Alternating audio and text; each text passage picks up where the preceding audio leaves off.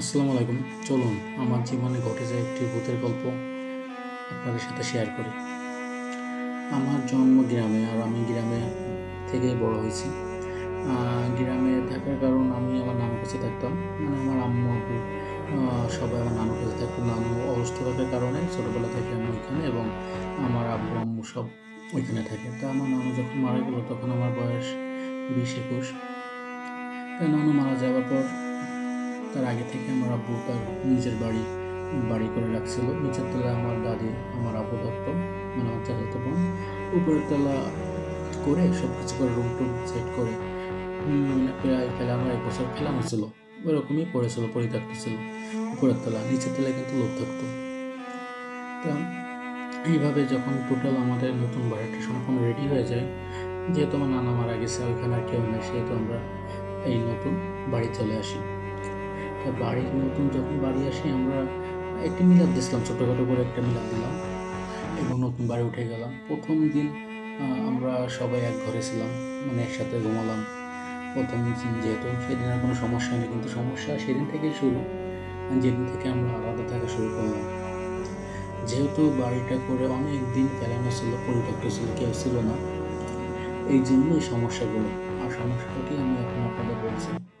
ঠিক যখন রাত 12টা, 12:30 বাজত, ছাদের পর এত হাঁটাহাঁটির শব্দ হতো যে আপনার ঘুম ভেঙে যেত। ছাদের পর রেগুলার হাঁটাহাঁটির শব্দ হতো, মনে হচ্ছে কেউ দৌড়াচ্ছে, কেউ লাফাচ্ছে। হ্যাঁ, এই শব্দ রেগুলার শব্দ হতো। আমার মনে হতো যে কেউ এক লাফ দিয়ে এই মাথা থেকে ওই মাথা চলে গেছে, এক পাড়া দিয়ে এই মাথা থেকে ওই মাথা চলে গেছে। আর মনে হতো একসাথে অনেকজন দাপাদাপি লাফালাফি নাচানাচি করতেছে। শুরুর দিকে আমরা অনেক ভয় পেতাম যে এরকম কেন হচ্ছে। তারপর এইভাবে চলতে থাকে, রেগুলার শব্দ হয়, রেগুলার শব্দ হয়। এইটা হতে হতে আমাদের নিজের ভিতরে একটু মানে সয়ে যায়, বলে কি সয়ে গেল যে এত রেগুলার হচ্ছে, কোনো সমস্যা না। তারপর এই বিষয়টা যখন আমরা আমাদের এলাকার হুজুরকে জানাই, উনি আসলেন। উনি এসে দেখে বললেন, যেহেতু এই বাসাটা অনেক মানে অনেকদিন পরিত্যক্ত ছিল, এখানে খারাপ খারাপ ভালো মিশ্রিত 2 ধরনের জিন থাকে। তাই এই কথা শোনার পর তো আমরা অনেক ভয় পেলাম। কিন্তু হুজুর বললো, চিন্তার কোনো কারণ নেই, তোমরা যদি তাদের ক্ষতি না করো, তারাও তোমাদের কোনো ক্ষতি করবে না। তো এইভাবেই চলতে থাকে, এইভাবেই চলতেছে। কিন্তু প্রতিনিয়ত তাদের এই হাঁটা চলার শব্দ অনেক বেড়ে যাচ্ছিল, যেটা আমরা নিতে পারছিলাম না, মানে অনেক সব বিরক্ত হয়ে যাচ্ছিলাম।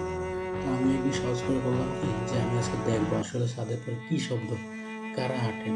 জানি তো যে হুজুর যা বলে গেছে এটা সত্যি কথা, তারপরে সাহস করে গেলাম দেখতে যে আসলে কি, কারা হাঁটে, কিসের শব্দ। তা ঠিক ওই দিনও, ওই দিন ছিল শুক্রবার। ঠিক আমি অপেক্ষা করতেছি কখন একটা শব্দ শুরু হবে। যখন রাত 12টা 15-16 বাজে, ঠিক তখন দেখলাম ছাদে দুম করে একটা শব্দ হলো। তখন আমি মনের সাহস নিয়ে জাস্ট ফোনে যে ফ্ল্যাশ লাইট, ওইটা নিয়ে আমি ছাদের দিকে যাচ্ছি, আস্তে আস্তে যাচ্ছি। এবং যেহেতু ছাদে আমার একটা দরজা ছিল, এবং দরজায় অনেকগুলো ছোট ছোট ছিদ্র করা ছিল, যে ছিদ্র থেকে ছাদের অবস্থা সম্পূর্ণ দেখা যায়। তা সত্যি কথা বলতে কি, আমি মনেও করতে চাচ্ছি না সেই ভয়ানক ঘটনা, মানে যে আমি দেখলাম। আমি দেখলাম অনেকগুলো বাচ্চা, প্রায় 6, 7, 8টা, 9টা বাচ্চা, তাদের মাথা নেই। মানে কথা বলতে যে আমার নিজের ভিতর ভয় চলে আসতেছে। তারা, তাদের মাথা নেই এবং তারা হেঁটে বেড়াচ্ছে এই মাথা থেকে ওই মাথা। তো এইটা দেখার পর আমি সম্পূর্ণ, আমার শরীরটা অবাক হয়ে যায়। আমি যে এখান থেকে নিচে রুমে আসবো, কী করবো, ভয়ে আমার কোনো কাজ করতেছে না। আমি ওইখানে ওইভাবে দাঁড়িয়ে থাকি, কত সময় দাঁড়িয়েছিলাম, কী ছিলাম আমার কিছু মনে নেই। তারপর আমার ছোটো ভাই, ও যে দেখলো যে আমার রুমের দরজা খোলা এবং লাইট জ্বালানো, ও তখন আস্তে আস্তে ডাকতে ডাকতে এসে দেখে যে আমি ওইখানে মানে একদম সোজা দাঁড়িয়ে আছে। ও যখন আমার গায়ে হাত দিল, তখন আমি চিৎকার করে উঠলাম যে কে। তা এইটা দেখার পর আমি ভাবো, তুই এখানে কি করিস। তারপর আমি ওকে জড়ায় ধরলাম যে ভাই, তোর জন্য কিন্তু আমি এখন এত, তুই আসছিস, আমার খুব ভালো হয়েছে না, তুই না হলে কী হতো আল্লাহ জানে। তারপর ওকে আমি সব কথা বললাম। তারপর এই কথাগুলো আমি হুজুরকে বললাম। হুজুর বললো, তোমার একা যাওয়া কখনো ঠিক হয়নি, এগুলো তুমি কখনোই করবে না। তো এই পর থেকে, ওইগুলো দেখার পর থেকে আসলে আমি এইগুলোকে এখন বিশ্বাস করি। আর এখন এইভাবে হয়ে আসতেছে আমাদের সাথে, একই শব্দ একই সব কিছু। কিন্তু হুজুর একটা কথাই বলে গেছে যে তোমরা যদি তাদের কোনো ক্ষতি না করো, সেও তোমাদের কোনো ক্ষতি করবে না। এটাই মেনে আমরা চলতেছি।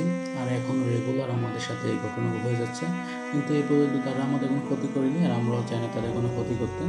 তা এটা ছিল আমার জীবনে ঘটে যে সত্যি একটি ঘটনা। যদি ভালো লাগে সবাই আমার চ্যানেলটি সাবস্ক্রাইব করবে। ধন্যবাদ।